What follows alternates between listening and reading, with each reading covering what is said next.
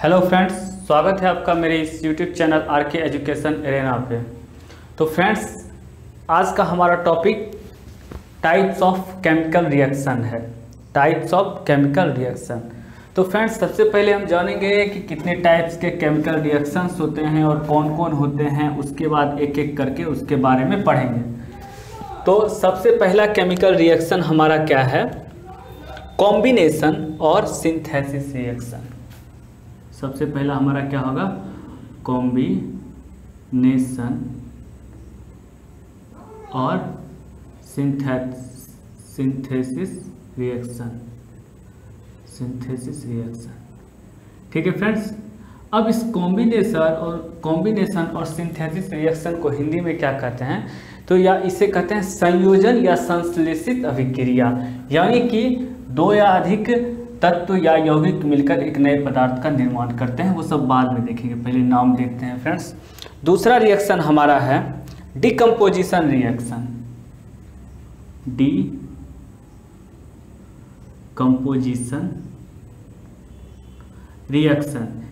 Decomposition reaction Hindi में बोले friends तो अपघटन अभिक्रिया। थर्ड नंबर आता है हमारा electrolyte decomposition reaction. Electrolyte decomposition reaction, यानी कि वैद्युत अपघटन अभिक्रिया। फोर्थ केमिकल रिएक्शंस हमारे पास क्या है? Single displacement reaction. Single displacement reaction मतलब एकल विस्थापन अभिक्रिया। नंबर 5 पर आते हैं double displacement reaction. Double displacement reaction, उभय विस्थापन अभिक्रिया। क्या होता है? उभय विस्थापन अभिक्रिया। नंबर 6 पे आते हैं प्रेसिपिटेशन रिएक्शन।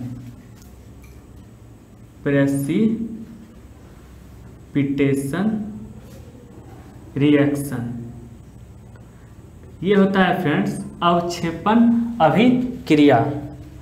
उसके बाद न्यूट्रलाइजेशन रिएक्शन।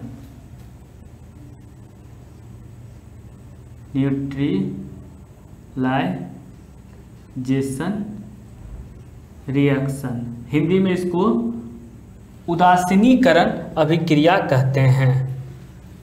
Photochemical reaction.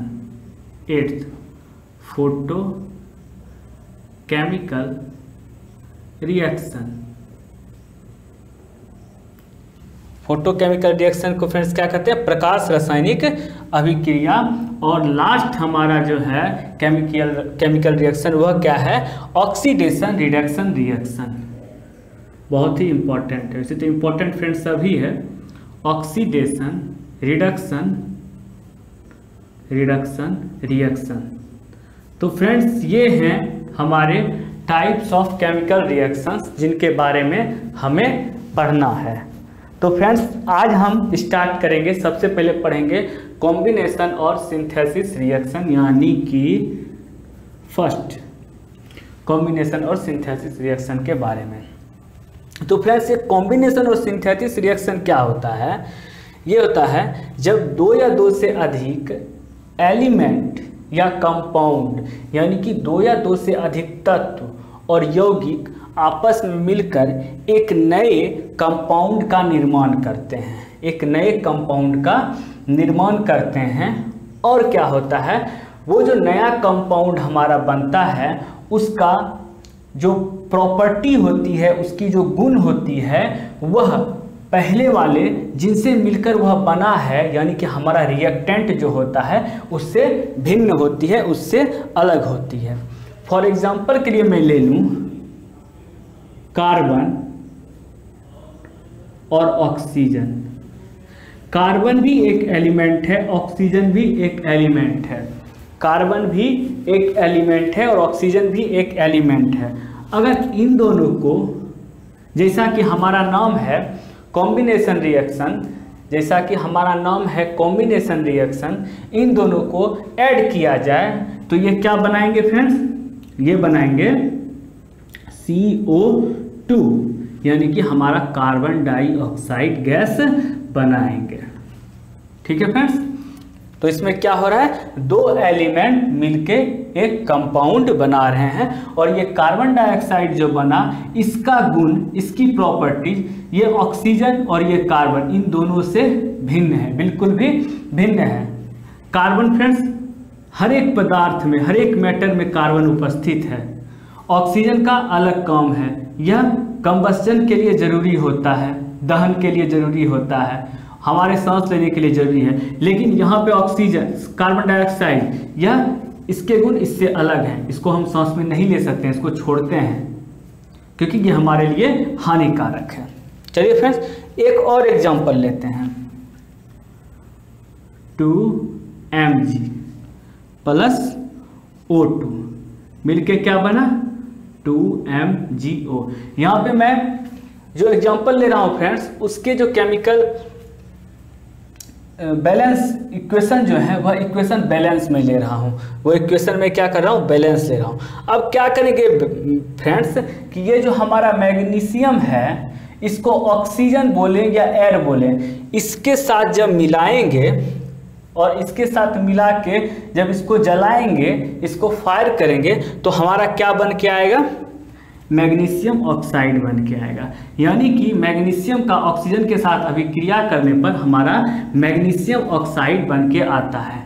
और इसमें आपको पता ही है कि ये रिएक्टेंट होता है, जो भी आपस में अभिक्रिया करते हैं वो रिएक्टेंट, और जो हमारा बन के आता है वो हमारा क्या होता है, प्रोडक्ट होता है। जो हमारा बन के आता है वह प्रोडक्ट होता है।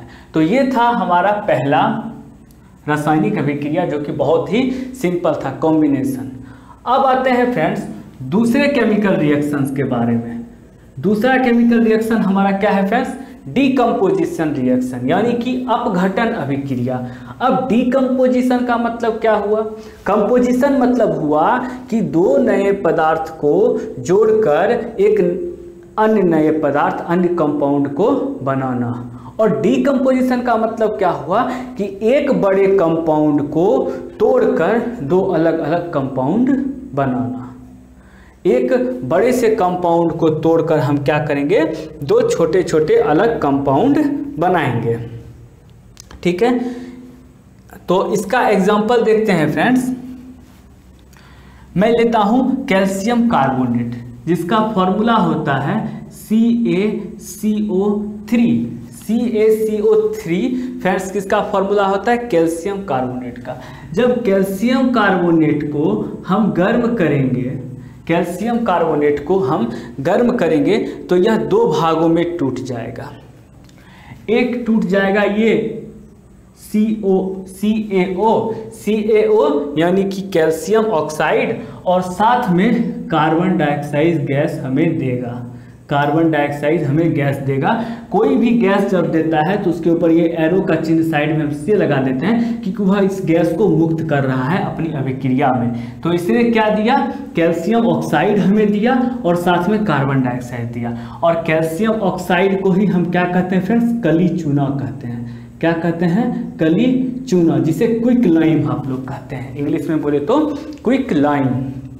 तो क्या हुआ फ्रेंड्स, कैल्शियम कार्बोनेट को, कैल्शियम कार्बोनेट यह एक यौगिक है फ्रेंड्स, कंपाउंड है। इसको जब मैंने गर्म किया तो यह दो अलग अलग कंपाउंड में टूट गया, एक CaO कैल्शियम ऑक्साइड और एक कार्बन डाइऑक्साइड में। और आप देख सकते हैं फ्रेंड्स कि ये कैल्शियम कार्बोनेट का जो प्रॉपर्टी है, गुण है, इससे भिन्न अलग इन दोनों की अपनी अपनी प्रॉपर्टी है। तो क्या होता है फ्रेंड्स, एक बड़ा कंपाउंड टूटने से दो या दो से अधिक सरल कंपाउंड बनाते हैं, जिनके गुण उस बड़े कंपाउंड से क्या होता है, भिन्न होता है। ठीक है फ्रेंड्स, एक और एग्जांपल लेके देखें फ्रेंड्स। चलिए एक और एग्जांपल लेते हैं, पोटेशियम क्लोरेट को लेते हैं, जो कि हमारा होगा 2KClO3 पोटेशियम क्लोरेट का फॉर्मूला होता है। सारा बैलेंस इक्वेशन में लिख रहा हूँ, यहाँ पे बैलेंस में कर नहीं रहा हूँ क्योंकि मैंने आपको बैलेंस करना बता दिया है। हमने लिया पोटेशियम क्लोरेट। अब पोटेशियम क्लोरेट को जब हम गर्म करेंगे, पोटेशियम क्लोरेट को जब हम गर्म करेंगे तो हमारे पास क्या आएगा, एक आएगा पोटेशियम क्लोराइड और साथ में ऑक्सीजन मुक्त होगा। पोटेशियम क्लोराइड जिसका फॉर्मूला 2KCl होगा और साथ में ऑक्सीजन मुक्त होगा, हमारा साथ में ऑक्सीजन देगा। तो क्या हो फ्रेंड्स, पोटेशियम क्लोरेट को जब मैंने गर्म किया, यह एक कंपाउंड है तो यह दो अलग अलग कंपाउंड में बट गया, जो कि हमारा पोटेशियम क्लोराइड और ऑक्सीजन हुआ। तो इसमें क्या हुआ फ्रेंड्स, इस अभिक्रिया में एक बड़ा कंपाउंड टूट के दो अलग अलग नए कंपाउंड बनाया, तो यह हुआ डीकम्पोजिशन रिएक्शन। ठीक है फ्रेंड्स, अब आते हैं थर्ड पे, जो कि थोड़ा सा टिपिकल है और मोस्ट इम्पॉर्टेंट भी है, जो हमारा है electrolyte decomposition reaction. Electrolyte decomposition reaction क्या होता है, यह वैद्युत अपघटन होता है। यानी कि इसमें क्या होता है कि एक कंपाउंड में विद्युत धारा को प्रवाहित करके उसको दो भागों में तोड़ते हैं। अब कैसे कंपाउंड, कुछ मेटल्स होते हैं, धातु होते हैं जो लिक्विड ऑक्साइड के रूप में रहते हैं या क्लोराइड के रूप में रहते हैं, जो कि ऑक्साइड लिक्विड फॉर्म में रहते हैं, या तो ऑक्साइड के रूप में रहते हैं या क्लोराइड के रूप में रहते हैं। उससे जब हम विद्युत धारा प्रवाहित करते हैं तो वो क्या हो जाते हैं, अपघटित हो जाते हैं, डिकम्पोज हो जाते हैं। कैसे होते हैं, उदाहरण के रूप में देखते हैं फ्रेंड्स। जैसे हमारे पास है 2NaCl। अब NaCl क्या होता है फ्रेंड, सोडियम क्लोराइड, जो कि हमारा नमक होता है। अब इसमें हम इलेक्ट्रिक करंट यानी कि विद्युत धारा फ्लो करते हैं, इलेक्ट्रिक करंट यानी कि विद्युत धारा को फ्लो करेंगे, तो ये क्या हो जाएगा फ्रेंड्स, Na यानी कि सोडियम और क्लोरीन में टूट जाएगा। ये क्या होगा, सोडियम और क्लोरीन में टूट जाएगा। अब ये कैसे होगा फ्रेंड्स, इसको जरा देखते हैं। अब आपने वैद्युत अपघटन यानी इलेक्ट्रोलाइट की अभिक्रिया देखी थी, ये इस प्रोसेस से होता है। आप लोगों ने पिछले क्लास में पढ़ा होगा, नहीं भी पढ़ा होगा तो यहाँ पे देखते हैं। अब क्या करते हैं फ्रेंड्स कि ये हमने एक कांच का बर्तन ले लिया या प्लास्टिक का बर्तन ले लिया। इसमें मैंने क्या किया, इसमें मैंने ये जो लिक्विड फॉर्म में हमारा 2NaCl है उसको डाल दिया। अब क्या करेंगे फ्रेंड्स, इसमें एक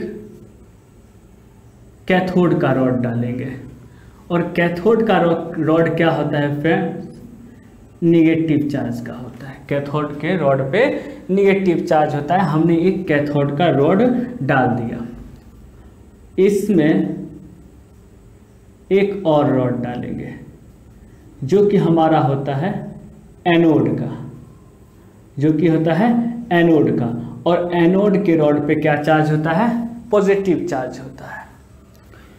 कैथोड पे निगेटिव और एनोड पे पॉजिटिव। अब हमने क्या किया, इन दोनों को एक बैटरी से कनेक्ट कर दिया, एक बैटरी से कनेक्ट कर दिया जिसमें स्विच भी लगा हुआ है। ठीक है फ्रेंड, एक बैटरी से कनेक्ट कर दिया जिसमें स्विच भी लगा हुआ है।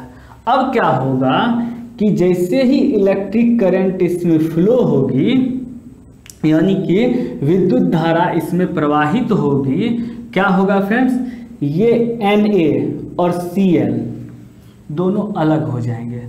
क्यों अलग हो जाएंगे, कैसे अलग हो जाएंगे, Na फ्रेंड्स हमारा मेटल है जिसपे कि पॉजिटिव चार्ज होता है, और क्लोरीन हमारा फ्रेंड्स नॉन मेटल है जिसपे कि निगेटिव चार्ज होता है। अभी के लिए आप इतना समझें। सोडियम हमारा क्या है फ्रेंड्स, मेटल है जिसपे पॉजिटिव चार्ज है। क्लोरीन क्या है, नॉन मेटल है जिसपे निगेटिव चार्ज है। अब आप जानते हैं कि समान ध्रुव यानी सेम पोल के बीच अट्रैक्शन और डिफरेंट पोल के बीच रिपल्सन होता है। तो आप देखिए, जब ये Na और Cl, Na के ऊपर पॉजिटिव चार्ज और Cl के ऊपर निगेटिव चार्ज है, तो ये क्या इसके अंदर NaCl का जो मिश्रण है लिक्विड फॉर्म में, यह जब इलेक्ट्रिक करंट फ्लो होने पे टूटेगा तो क्या Na जो पॉजिटिव चार्ज है वो इस कैथोड के ऊपर आके चिपक जाएगा? क्यों चिपक जाएगा? क्योंकि Na का चार्ज पॉजिटिव है और कैथोड का चार्ज निगेटिव है, तो ये निगेटिव इसको क्या करेगा, पॉजिटिव चार्ज को अट्रैक्ट करेगा और ये इसके ऊपर क्या होगा, चिपक जाएगा। वहीं दूसरी तरफ देखें तो एनोड का जो रॉड है उसका चार्ज पॉजिटिव है और हमारा क्लोरीन क्या है, निगेटिव है, तो ये क्या होगा, क्लोरीन जो है वह एनोड के रॉड पे जाके चिपक जाएगा, एनोड के रॉड पे चिपक जाएगा। इसे इलेक्ट्रोलाइट अभिक्रिया कहते हैं। तो इससे क्या हुआ, कैथोड पे हमारा सोडियम चिपक गया, अलग हो गया, और एनोड पे हमारा क्लोरीन चिपक गया, अलग हो गया, और इस अभिक्रिया के द्वारा इलेक्ट्रिक करंट फ्लो करा के हमने सोडियम और क्लोरीन दोनों को, इस यौगिक को अलग कर दिया, दो भागों में बांट दिया, Na और Cl में। ठीक है फ्रेंड, एक और एग्जांपल लेके आपको बताता हूँ। एक एग्जांपल लेता हूँ, जैसे 2AlO3